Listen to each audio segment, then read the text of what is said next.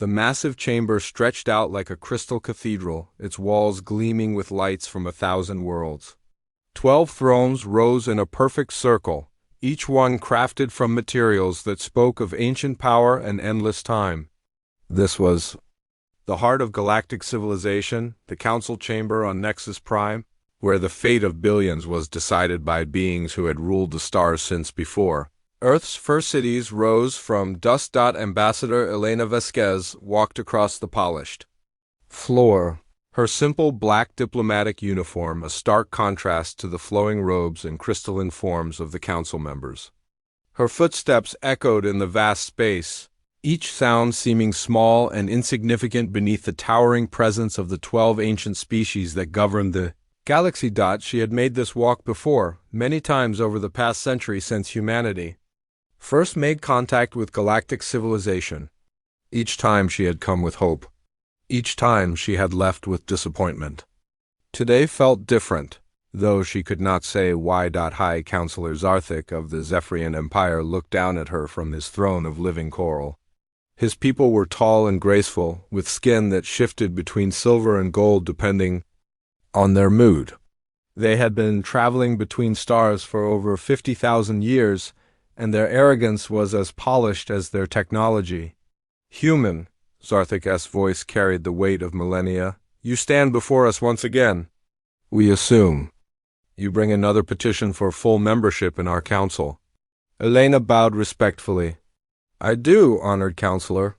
Humanity has served faithfully under probationary status for 112 years.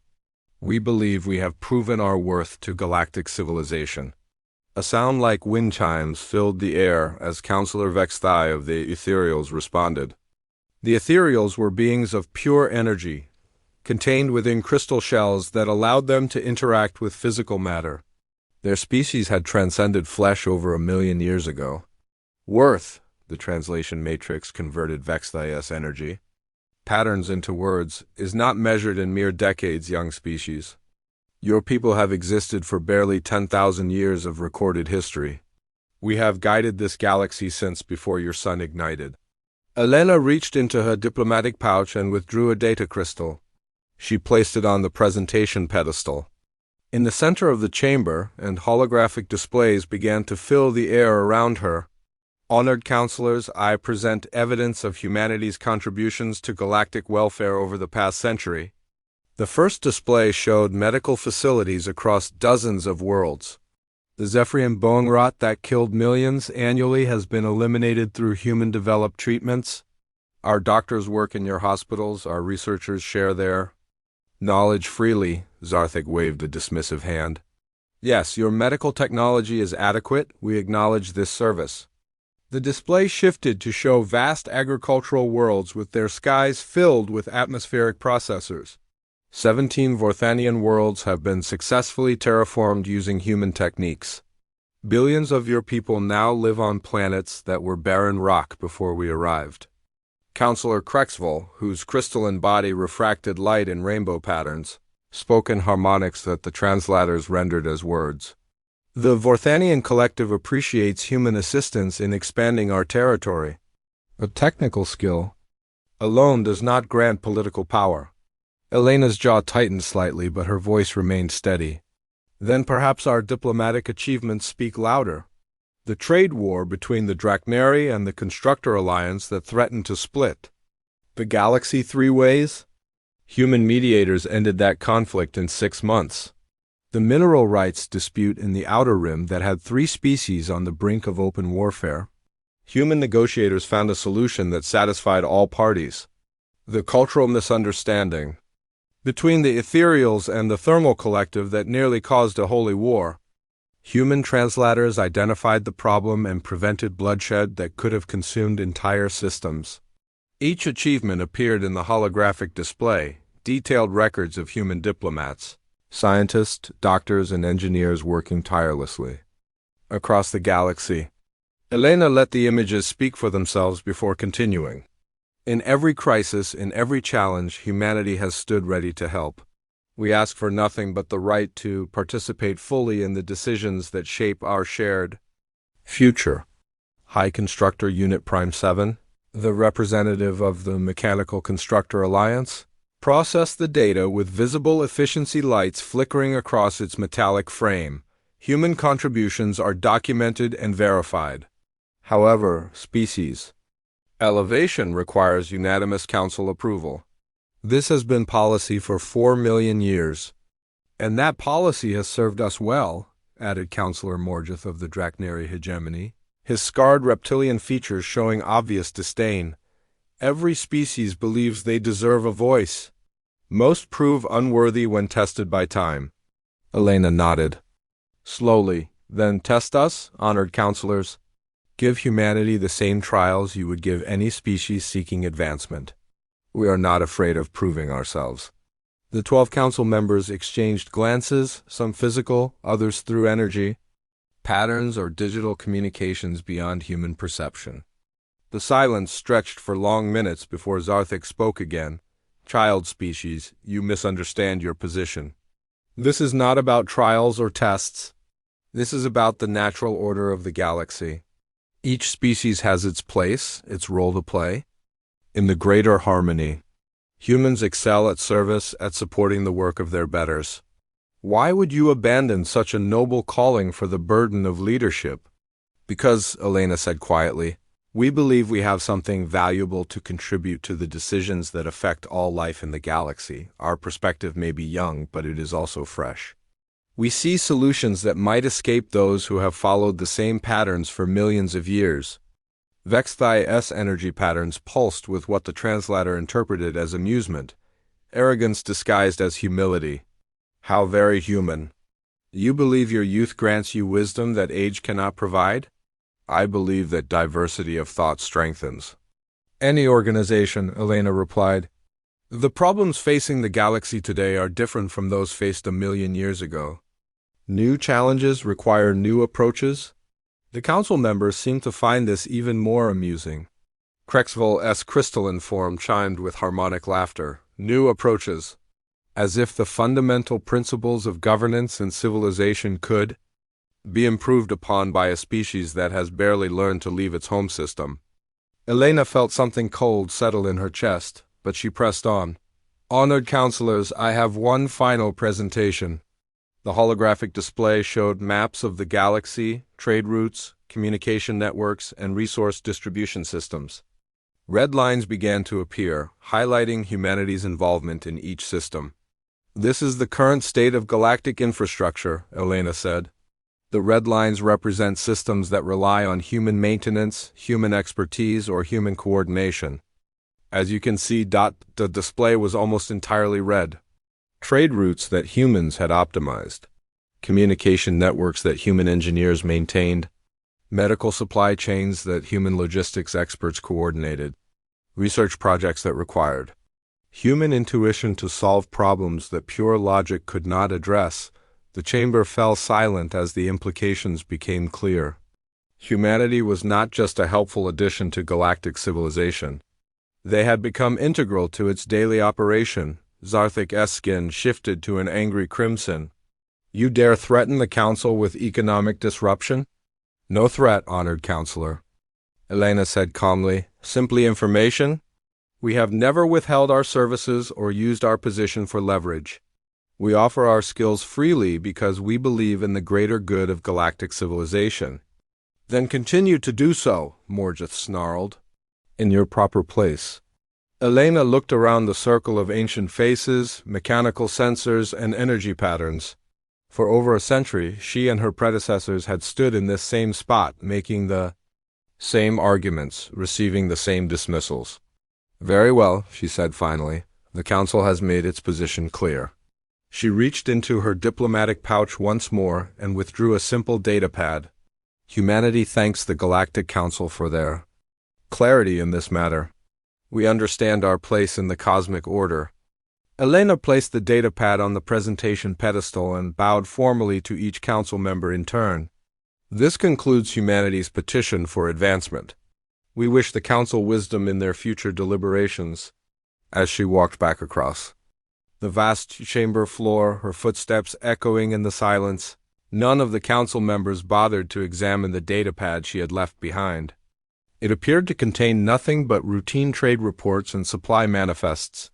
The mundane details of humanity's service to galactic civilization. Elena passed through the great doors of the council chamber, and into the corridor beyond. A small smile touched her lips as she heard the doors seal shut behind her. The council had indeed been very clear about their position. Now humanity would be equally clear about theirs. 6 months had passed since Ambassador Vasquez left the council chamber, and Trade Administrator Kelksai of the Zephyrian Commerce Guild was beginning to worry. The human merchant vessel New Horizon had just completed its contracted delivery of medical supplies to Zephyr Station, but Captain Morrison had done something unusual. Instead of requesting new trade routes or negotiating extended contracts as human captains always did, he had simply filed his completion report and departed. Kelksai stared at his display screen, scrolling through weeks of similar reports. Human ships were fulfilling their existing obligations with perfect efficiency, but none were seeking new business. For a species known for their aggressive expansion into every available market, this behavior made no sense. He activated his communication console and sent a priority message to the human trade representative on Nexus Prime. The response came back within hours, but it was not what he expected. The message was polite and professional, but it simply stated that humanity was reviewing its commercial priorities and would not be accepting new contracts at this time. KLX single quotes HAI forwarded the message to his supervisor with a note expressing his confusion. Humans loved profit almost as much as they loved helping others. This sudden withdrawal from new business opportunities was completely out of character.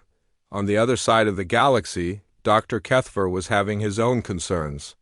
The Vorthanian scientist had worked alongside human researchers for over 30 years, and he considered many of them close friends. Their collaboration on atmospheric processing technology had revolutionized terraforming across 12 star systems. He arrived at Research Lab 7 on Kepler Station expecting to find his human colleagues working on their latest project. Instead, he found empty desks, blank computer screens, and silence. Kethver's crystalline form chimed with distress as he searched through the lab. All the equipment was still there, powered down but undamaged. All the research data had been properly filed and backed up. Personal belongings were gone, but there were no signs of hasty departure or emergency evacuation. The lab's security chief, a gruff Draknari named Voss, met Kethver at the entrance. They left 3 days ago, Voss explained. Filed all the proper departure forms, completed their current experiments, handed over all their research notes. Said they were being reassigned. Reassigned where? Kethver asked. Voss shrugged, his reptilian shoulders rising and falling. Didn't say. Just thanked everyone for their cooperation and walked out. Never seen anything like it in 40 years of station security. Similar scenes were playing out across the galaxy. On Thermal Station, human engineers finished their maintenance schedules and departed without explanation. At the Great Library of Nexus Prime, human linguists completed their translation projects and quietly resigned their positions. In the Outer Rim territories, human diplomats concluded their current negotiations and returned to their ships. The pattern was so subtle that it took weeks for most species to notice. Humans were not abandoning their posts or breaking their contracts. They were simply finishing their work and leaving one by one, like a tide slowly withdrawing from the shore. Commander Vexka of the Nexus Defense Force was the first to raise formal concerns. As head of station security for the galaxy's capital, she monitored population movements across all species. Her reports showed a steady decline in human presence over the past 3 months. It started small, she explained to her ethereal supervisor. A few researchers returning home early. Some merchants changing their routes. Individual decisions that made sense on their own. But when you look at the overall pattern, her holographic display showed population statistics for every major station and colony in the galaxy. The red lines representing human presence were all trending downward, some gradually, others more sharply. They're leaving, Vexka concluded. Not all at once, not dramatically, but they're definitely leaving. Her supervisor, Counselor Vexthai himself, studied the data with interest. Perhaps they are consolidating their efforts. Humans are known for their efficiency. This could be a reorganization rather than a withdrawal. But Dexka had been watching the patterns for weeks. With respect, counselor, this doesn't look like reorganization. This looks like evacuation. The first real alarm was raised by Dr. Morgai, Chief Medical Officer for the Zephyrian Health Ministry. The bone rot treatment that had saved millions of Zephyrian lives was produced in facilities that required constant monitoring and adjustment. The human technicians who understood the complex biosynthesis process had not reported for duty in 2 weeks. Dr. Morgai tried to contact the human medical team through official channels, but received only automated responses saying they were currently unavailable. Backup personnel from other species attempted to operate the synthesis equipment, but the results were inconsistent at best. Within days, hospitals across the Zephyrian Empire were reporting shortages of the life-saving medication. The synthesis equipment seemed to work fine when following the written procedures, but it required constant small adjustments that only human intuition seemed able to provide. On the agricultural world of Vorth Prime, Atmospheric Processor Station 12 began showing efficiency readings that made no sense. The massive terraforming equipment was still functional, but its output had dropped by 30%. Engineering teams rushed to diagnose the problem, but everything appeared to be working within normal parameters. It was a junior technician who figured out what was wrong. The humans were making manual adjustments, she reported to her supervisor. Small changes to the processing algorithms based on daily atmospheric readings. The equipment works fine on automatic, but it needs those adjustments to maintain peak efficiency. Without human operators who understood the subtle interplay between the machines and the planetary environment, the terraforming process was slowly grinding to a halt. It would take months or years to reverse engineer. The knowledge that human engineers had developed through experience and instinct, trade routes that had operated smoothly for decades, suddenly became sources of friction and dispute. Human translators and cultural mediators had served as diplomatic lubricant between species that barely tolerated each other under the best circumstances. Without their subtle interventions, old prejudices and misunderstandings began to resurface. The Drachneri accused the constructors of cheating on mineral extraction contracts. The constructors responded with detailed mathematical proofs that the Drachneri were too emotional to understand. Both sides demanded arbitration from neutral parties, but the neutral parties were usually human. Constructor Unit Prime 7 was among the first to recognize the full scope of the problem, the mechanical, being spent several processing cycles analyzing the efficiency reports from across the Alliance's territory. Manufacturing output was down, quality control was suffering, innovation had ground to a halt. The problem was not with constructor technology, which remained as advanced as ever. The problem was with the integration protocols that human consultants had developed over decades of collaboration. Humans had a talent for seeing patterns that pure logic missed, for making intuitive leaps that led to breakthrough solutions without human input. Constructor manufacturing had become technically perfect but creatively sterile. They could build anything they had built before, but they could no longer improve or adapt their designs to meet new challenges. High Counselor Zarthik finally retrieved the datapad that Ambassador Vasquez had left in the council chamber 6 months earlier. He had ignored it at the time, assuming it contained nothing more than routine administrative reports. Now, with growing concern about human behavior throughout the galaxy, he decided to examine it more carefully. The datapad contained a single message, written in simple, clear language. The human species hereby withdraws from active participation in galactic civilization effective immediately. All existing treaties, trade agreements, and diplomatic relations are terminated upon completion of current obligations.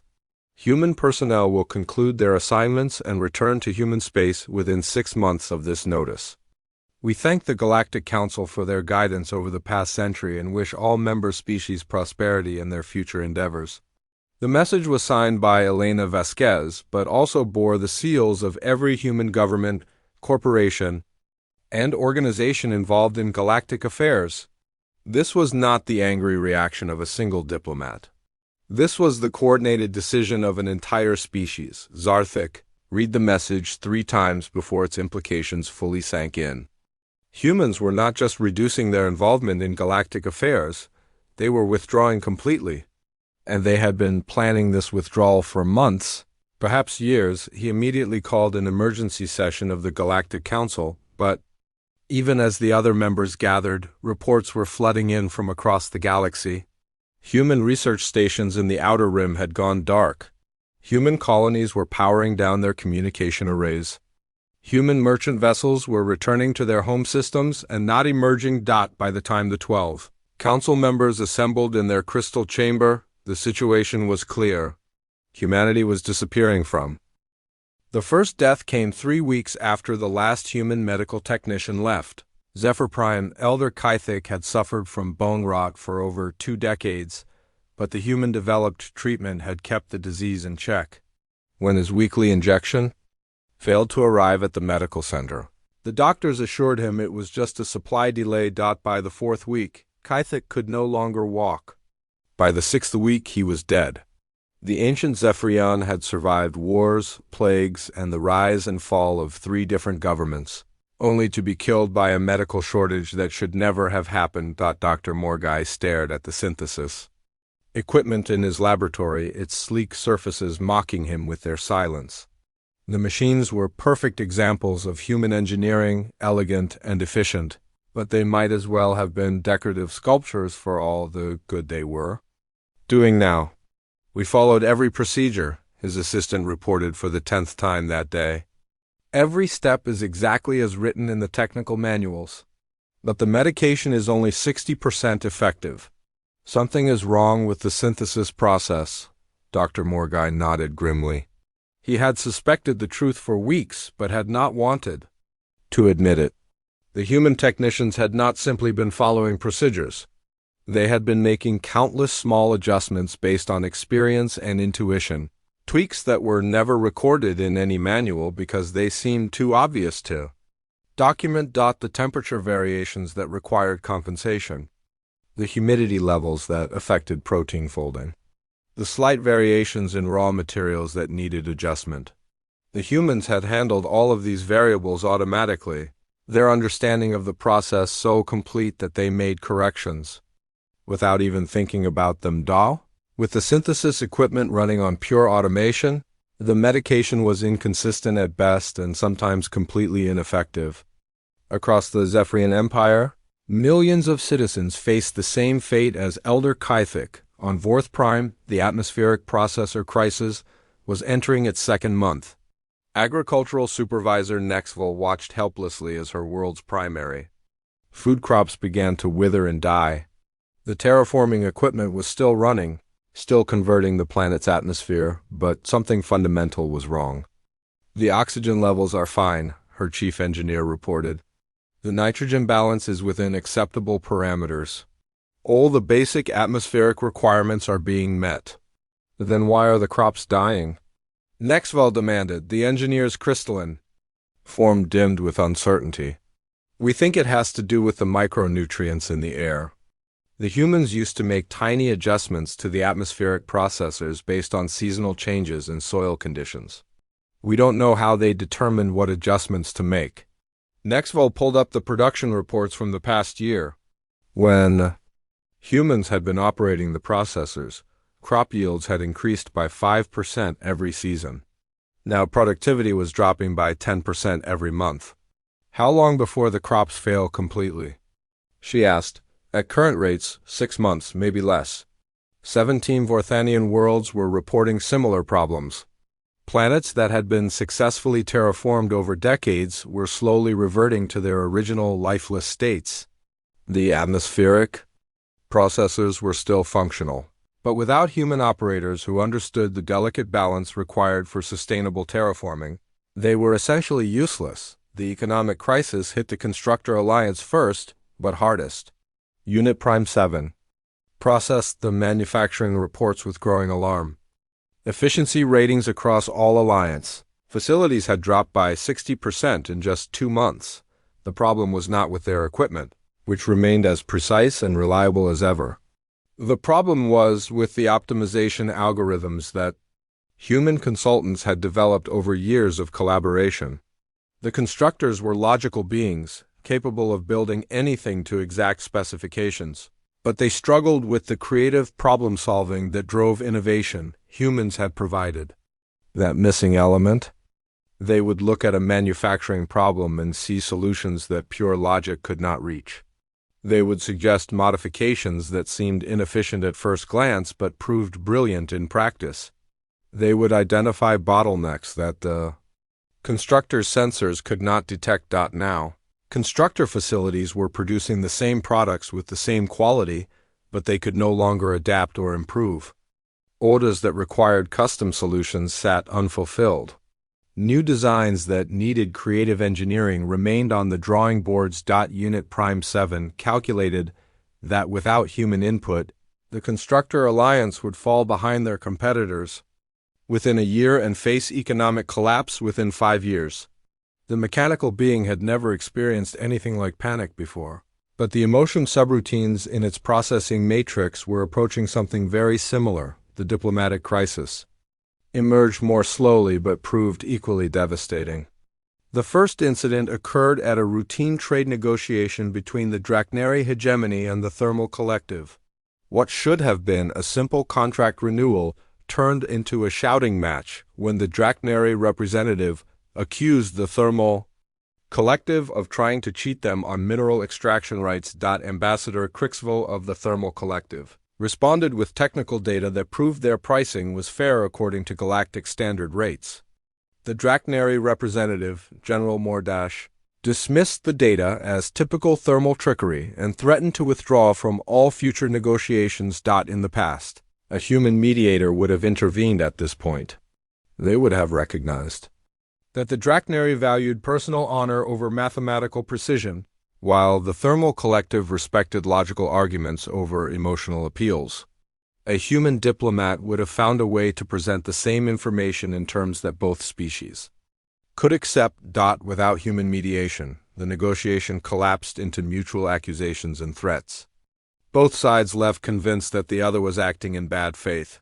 Similar failures were occurring throughout the galaxy as species that had barely tolerated each other under human guidance began to rediscover their ancient prejudices. Trade routes that had operated smoothly for decades became sources of constant friction. The ethereals found the constructors too rigid and mechanical. The constructors found the ethereals too abstract and unpredictable. The Drachnary considered everyone else weak and dishonest. Everyone else considered the Drachnary brutish and aggressive, human. Translators had done more than convert words between languages. They had translated concepts, emotions, and cultural assumptions. They had served as bridges between species that thought in fundamentally different ways. Without those bridges, galactic commerce began to fragment along species lines. High Counselor Zarthik called another emergency session of the Galactic Council as reports of system failures flooded in from across the galaxy. The 12 ancient species gathered in their crystal chamber, but for the first time in thousands of years, they seemed uncertain and afraid. The situation is becoming critical, Counselor Vexthai reported, energy patterns flickering with distress. Communication between member species has declined by 40%. Trade disputes are multiplying exponentially. Several worlds are facing humanitarian crises. Constructor Unit Prime 7 presented detailed statistics. Manufacturing efficiency across all Alliance worlds has decreased to pre-human levels. Innovation has ceased entirely. Economic projections indicate systemic collapse within 5 years. The medical crisis in Zephyrian space is approaching catastrophic proportions, added Council Member Yextar of the Zephyrian Health Ministry. Without human-produced medications, we estimate 15 million deaths within the next year. 17 Vorthanian agricultural worlds are facing crop failures, reported Councillor Crexville. Food shortages are expected within 6 months. Zarthik listened to the reports with growing horror. When he had dismissed Ambassador Vasquez 6 months earlier, he had seen humans as useful servants who needed to know their place. Now he was beginning to understand that humans had not been servants at all. They had been the glue that held galactic civilization together. Surely we can replace their contributions, he said, though his voice lacked conviction. We managed before they arrived. We can manage after they leave. That was 112 years ago, Unit Prime 7 replied with mechanical precision. Galactic civilization has become dependent on human integration at every level. We estimate it would take 50 years to develop replacement systems, assuming we could identify all the critical dependencies. 50 years we do not have, Vexthai added. Current crisis trajectories suggest complete systemic failure within 5 years maximum. The chamber fell silent as the implications sank in. The 12 ancient species who had ruled the galaxy for millions of years faced an unthinkable reality. They needed the humans they had dismissed as children. They needed the species they had considered too young and inexperienced for true partnership. Where are they? Zarthik asked quietly. The humans. Where did they go? Unknown, replied Commander Thexka. All human ships returned to their designated space 6 months ago. Since then, their systems have gone completely dark. No communications. No signals, no trace of activity. Send scouts, Zarthik ordered. We need to know what they are doing. We tried, Thexka admitted. 3 scout ships approached the border of human space last month. Their sensors detected massive energy. 2 years had passed since humanity vanished from galactic civilization, and the crisis had become a catastrophe. High Counselor Zarthik stood in his private chamber, looking out at the lights of Nexus Prime through the great crystal windows. Half of those lights had gone dark in recent months as species after species withdrew their representatives and returned to their homeworlds. The Zephyrian Empire was fracturing. Without the bone-rot medication, millions had died, and the survivors were angry. Outer colonies had declared independence rather than share their limited medical supplies with the core worlds, the mighty empire that had dominated galactic politics. For 50,000 years was tearing itself apart. Dr. Morgai had become the most hated person in Zephyrian space. Not because he had failed to produce the life-saving medication, but because he had succeeded too well in explaining why the task was impossible. The synthesis equipment required not just technical knowledge but intuitive understanding that could only come from years of experience working with biological systems. We could train new technicians, his assistant had suggested months ago. Send our best scientists to study the process. Study what? Dr. Morgai had replied bitterly. The humans never wrote down their intuitive adjustments. They made hundreds of small decisions every day based on things they could feel rather than measure. Temperature changes that their instruments detected but ours cannot. Chemical variations that their noses could smell but our sensors ignore. How do you train someone? To replace a sense they do not possess? The Vorthanian collective was facing an even worse fate. 17 worlds that had taken decades to terraform were slowly dying. The atmospheric processors continued to run, but without human oversight, they were slowly poisoning the very worlds they were meant to sustain on Vorth Prime Supervisor. Nexval had ordered the evacuation of the agricultural sectors after the soil analysis came back showing toxic levels of heavy metals. The processes were converting the atmosphere correctly according to their programming, but they were also concentrating pollutants that humans had somehow filtered out through methods no one else understood. The humans made it look so easy, her chief engineer had said during their last meeting before the evacuation. They would walk through the processing centers, check a few readings, make a few adjustments, and everything would work perfectly. We have been trying to replicate their actions for 2 years, but we are just guessing. 3 of the 17 worlds had already been declared uninhabitable. The others were following the same path toward ecological collapse. Millions of Vorthanian citizens faced relocation to overcrowded core worlds that could barely support their existing populations. The Constructor Alliance was experiencing its own form of slow death. Unit Prime 7 had been promoted to Supreme Constructor after its predecessor suffered a critical logic failure while trying to solve the efficiency crisis. The promotion meant nothing, though, since there was no solution to be found. We have attempted to reverse engineer human problem-solving methods, Unit Prime 7 reported to the Alliance Council. We have analyzed thousands of their innovative solutions, looking for patterns we can replicate. But their creativity appears to be based on random conceptual connections that our logic matrices cannot process. The mechanical beings were capable of perfect execution, but perfect execution was no longer enough. Markets were demanding new products, improved designs, solutions to novel problems. Without human creativity to drive innovation, the Constructor Alliance was becoming obsolete in its own industries. Unit Prime 7 had calculated that the Alliance had perhaps 1 year before competitors from non-council species began taking their market share. 2 years before economic collapse became inevitable. The mathematical certainty of their decline was more terrifying to the logical beings than any physical threat could have been, but it was the diplomatic situation that posed the greatest immediate danger to galactic stability. Without human mediators, old conflicts were resurging with a vengeance. The Drachnary hegemony had withdrawn from all trade agreements with non-reptilian species, claiming that warm-blooded races were inherently untrustworthy. The Thermal Collective had responded by cutting off energy supplies to Drachnary space. 3 border wars had already broken out between species that had coexisted peacefully for centuries under human guidance.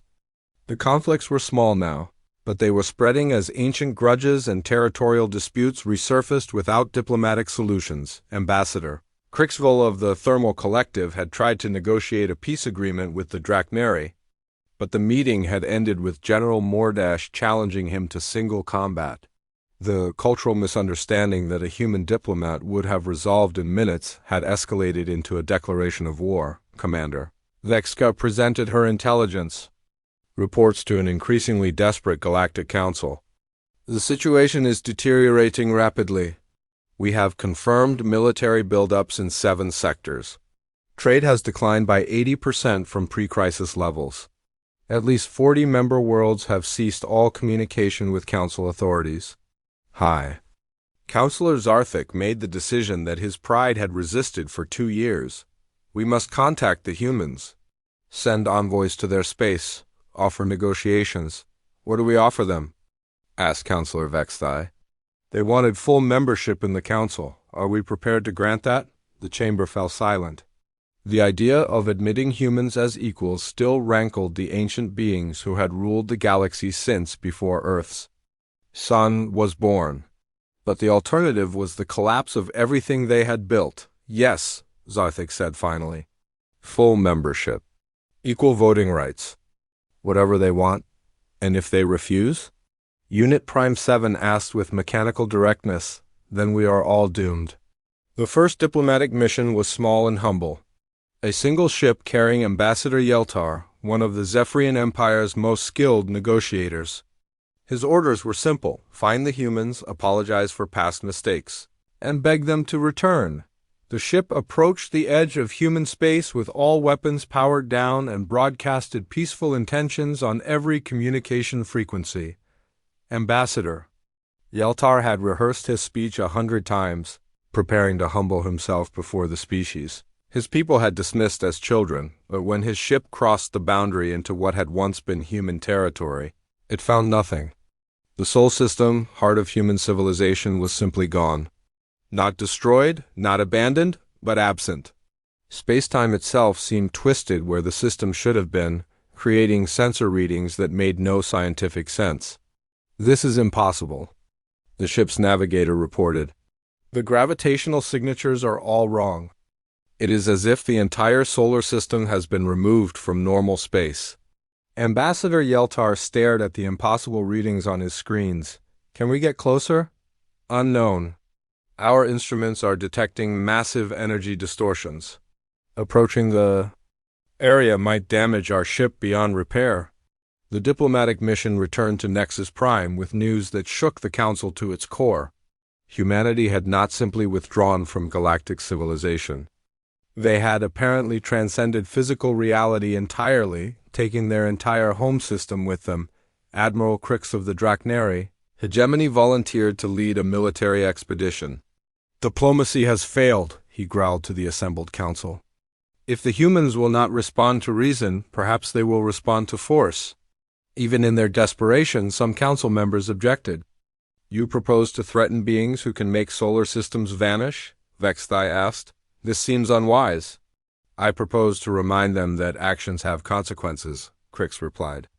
They may have advanced technology, but they are still flesh and blood. They can still be reasoned with if we show strength. Zarthik approved the mission, though he suspected it was a mistake. The Draknari admiral assembled the largest military fleet in galactic history.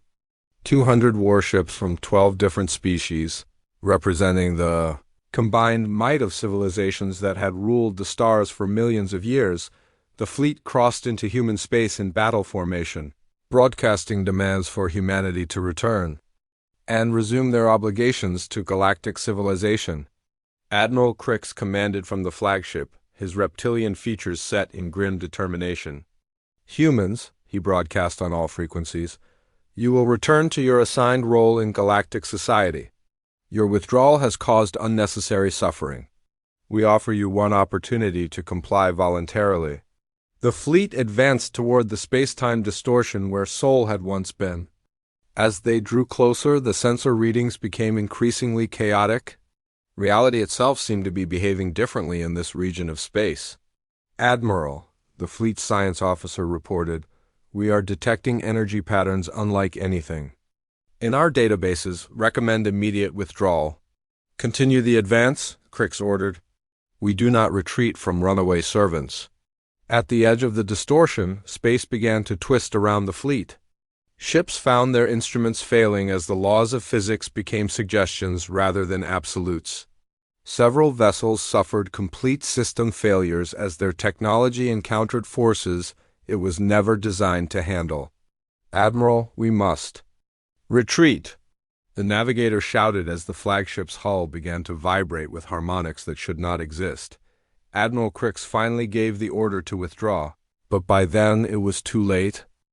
5 years had passed since humanity disappeared from galactic civilization, and the council chamber on Nexus Prime was a shadow of its former glory. Only 7 of the 12 thrones remained occupied. The thermal collective had collapsed completely. When their energy distribution networks failed without human maintenance, the Draknari hegemony had fragmented into warring clans after their military expedition returned in defeat.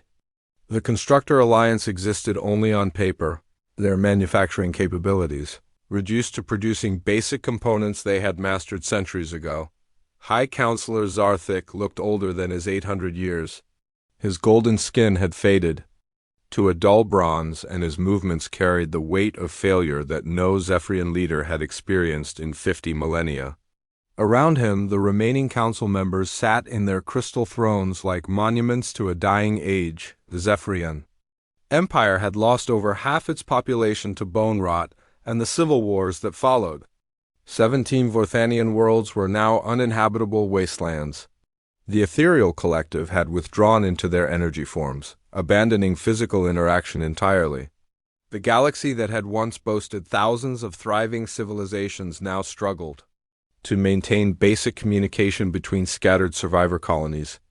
The latest reports, Commander Thexka announced, her voice hollow with exhaustion. Food production is down 90% from pre-crisis levels. Medical facilities are operating at 15% capacity. Transport networks have collapsed on 43 worlds. We estimate total galactic population has declined by 2 billion beings. Unit Prime 7, now the sole remaining representative of the Constructor Alliance, processed the data with mechanical precision. Current trajectory indicates complete civilizational collapse within 18 months. Probability of recovery without external intervention, 0.001%. Counselor Vexthai's energy patterns flickered weakly. We have sent over 200 diplomatic messages to the distortion zone where human space once existed. No responses, no acknowledgments. It is as if they have moved beyond our reality entirely. Zarthik closed his eyes, remembering the day Ambassador Vasquez had stood in this very chamber. offering humanity's partnership with such quiet dignity? He had dismissed her words as the pleading of an inferior species. Now those words echoed in his mind like a curse. Perhaps, he said quietly, we should have listened. A new voice cut through the chamber's despair, transmitted through the communication systems with crystal clarity. Every council member froze as the familiar tones of Ambassador Elena Vasquez filled the air. "Greetings, Galactic Council," she said, her voice unchanged by the 5 years that had passed. "We have been monitoring your situation with great interest." The massive display screens around the chamber flickered to life, showing an image that defied comprehension. Ambassador Vasquez stood in what appeared to be a vast construction facility, but the scale was impossible. Structures stretched beyond the horizon in every direction, each one larger than the greatest space stations the galaxy had ever built. Behind her, beings moved with purpose and grace. Some appeared human, but they seemed to phase in and out of visible reality as if existing in multiple dimensions simultaneously. Others were clearly not human at all, creatures of energy and light that made the ethereals look primitive by comparison. Technologies beyond imagination operated around them, machines that bent space and time as easily as the galaxy's best engineers bent metal. "As you can see," Elena continued, gesturing to the impossible vista behind her, "humanity has spent these years evolving. We made contact with civilizations beyond this galaxy, learned from species whose wisdom spans millions of years, developed technologies that transcend the physical limitations that once bound us." Zarthik found his voice first. "Ambassador Vasquez, we were wrong. Humanity deserves representation in the Council, full membership, equal voting rights. Please, our civilizations are dying without your help." Elena's expression remained polite but distant. The Galactic Council as it exists is no longer relevant to humanity's interests. We have joined a community of species that spans 12 galaxies. Beings who measure time in geological epoch consider problems on universal scales. Your local conflicts seem quite small from this perspective. Local conflicts? Vexthai's energy patterns flared with desperate indignation. Billions have died. Entire civilizations have collapsed. "Yes," Elena replied calmly. "We are aware. We have also noted that many of these deaths were preventable had your governments chosen to prioritize the welfare of their citizens over political pride." She paused, allowing her words to sink in. "However, humanity has not forgotten our time among you. We learned much about cooperation, diplomacy, and the value of helping others. Those lessons have served us well in our new community." The display shifted to show relief ships, vessels that seemed to be built from crystallized starlight and contained energies that hummed with impossible harmonies. Thousands of them waited in formation, their holds filled with medical supplies, atmospheric processors, and food synthesizers that made galactic technology look like stone tools. "We are prepared to offer humanitarian assistance to those worlds facing immediate crises," Elena announced. "Medical aid for plague-stricken populations, atmospheric restoration for dying worlds, food distribution for starving colonies. This aid will be provided directly to planetary populations, not through government intermediaries." "You would bypass the Council entirely?" Zarthik asked, though he already knew the answer. "The Council has demonstrated its inability to serve the needs of galactic civilization," Elena replied matter-of-factly. "In our absence, you have allowed ancient prejudices to resurface, permitted preventable deaths through bureaucratic inaction, and prioritized political theater over practical solutions. We see no reason to work through institutions that have proven themselves incompetent." Unit Prime 7 processed this information with growing alarm. "You intend to establish direct governance over Council worlds?" "Nothing so crude," Elena smiled slightly. "We intend to help people who need help, regardless of what their governments prefer. Species that wish to join humanity's new galactic community are welcome to apply directly. Those that prefer to maintain their current systems are free to do so, but they should not expect preferential treatment." The implications struck the council members like physical blows. Humanity was not returning as servants or even as equals. They were returning as the dominant power in the galaxy, offering charity to their former masters. The coordinates for our humanitarian aid stations are being transmitted now, Elena continued. Any world requiring assistance can send representatives directly to these locations. Our medical teams are already deploying to systems with critical health emergencies. Our atmospheric engineers are beginning restoration work on the most severely damaged terraformed worlds. Councillor Crexville S. crystalline form chimed with desperation. What of our governments? Our institutions? The Council has maintained galactic order for millions of years. Has it? Elena asked gently. The last 5 years suggest otherwise. When faced with a crisis, your ancient institutions collapsed immediately. Your wisdom proved to be little more than accumulated habit. Your order was entirely dependent on the contributions of a species you considered too young to have a voice. She gestured again to the impossible technologies surrounding her. True wisdom does not fear new ideas. True strength does not require the suppression of others. True leadership serves those who follow, rather than demanding their service. The display showed more images of humanity's new reality. Cities that existed in folded space, accommodating billions while occupying areas no larger than traditional buildings. Beings of pure consciousness working alongside physical entities in perfect harmony. Technologies that operated on principles the galaxy's greatest scientists could not begin to understand. We have learned that the universe is far larger and more wonderful than we ever imagined while trapped within your artificial limitations, Elena said. We have found our place among civilizations that value growth over stagnation, cooperation over dominance, wisdom over age. Zarthik felt the last of his pride crumble. What must we do to earn your forgiveness? Forgiveness implies that you have wronged us, Elena replied. You have not. You simply revealed your limitations at a time when we were ready to transcend ours. We bear no anger toward the Galactic Council, any more than we would bear anger toward children playing with toys they do not fully understand. The casual dismissal hurt worse than any insult could have. To be hated would have meant they were still relevant. To be pitied meant they had become obsolete. Our aid ships will arrive at critical zones within the next standard day, Elena announced. Populations requiring assistance should prepare reception facilities. According to the specifications being transmitted with this message, we look forward to helping those who wish to be helped. The transmission ended, leaving the 7 remaining council members alone in their crystal chamber.